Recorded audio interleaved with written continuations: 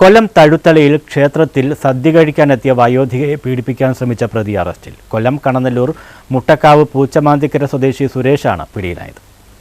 കൊല്ലം തഴുത്തല മഹാഗണപതി ക്ഷേത്രത്തിലെ തിരുവുത്സവവുമായി ബന്ധപ്പെട്ട് നടന്ന സമൂഹ സദ്യയിൽ പങ്കെടുക്കാനായി എത്തിയ 75-കാരിയായ വയോധികയെ സമീപത്തെ ഒഴിഞ്ഞുകിടക്കുന്ന വീടിന്റെ സ്റ്റെയറിലെത്തിച്ച് പീഡിപ്പിക്കാൻ ശ്രമിച്ച പ്രതിയെയാണ് പോലീസ് അറസ്റ്റ് ചെയ്തത്.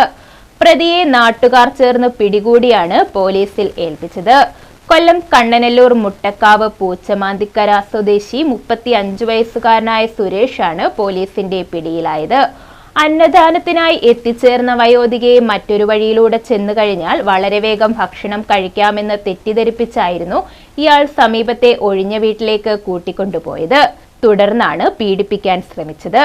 ബഹളം കേട്ട അയൽവാസികളും നാട്ടുകാരുമാണ് വയോധികയെ രക്ഷപ്പെടുത്തിയത്.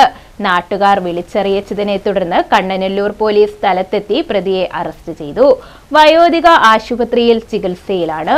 Kannanallur sub inspector Jibin, grade SI Harisoman എന്നിവരുടെ നേതൃത്വത്തിലുള്ള സംഘമാണ് പ്രതിയെ പിടികൂടിയത്. വൈദ്യപരിശോധനയ്ക്ക് ശേഷം പ്രതിയെ കോടതിയിൽ ഹാജരാക്കി റിമാൻഡ് ചെയ്തു. ന്യൂസ് ബ്യൂറോ, കൊല്ലം.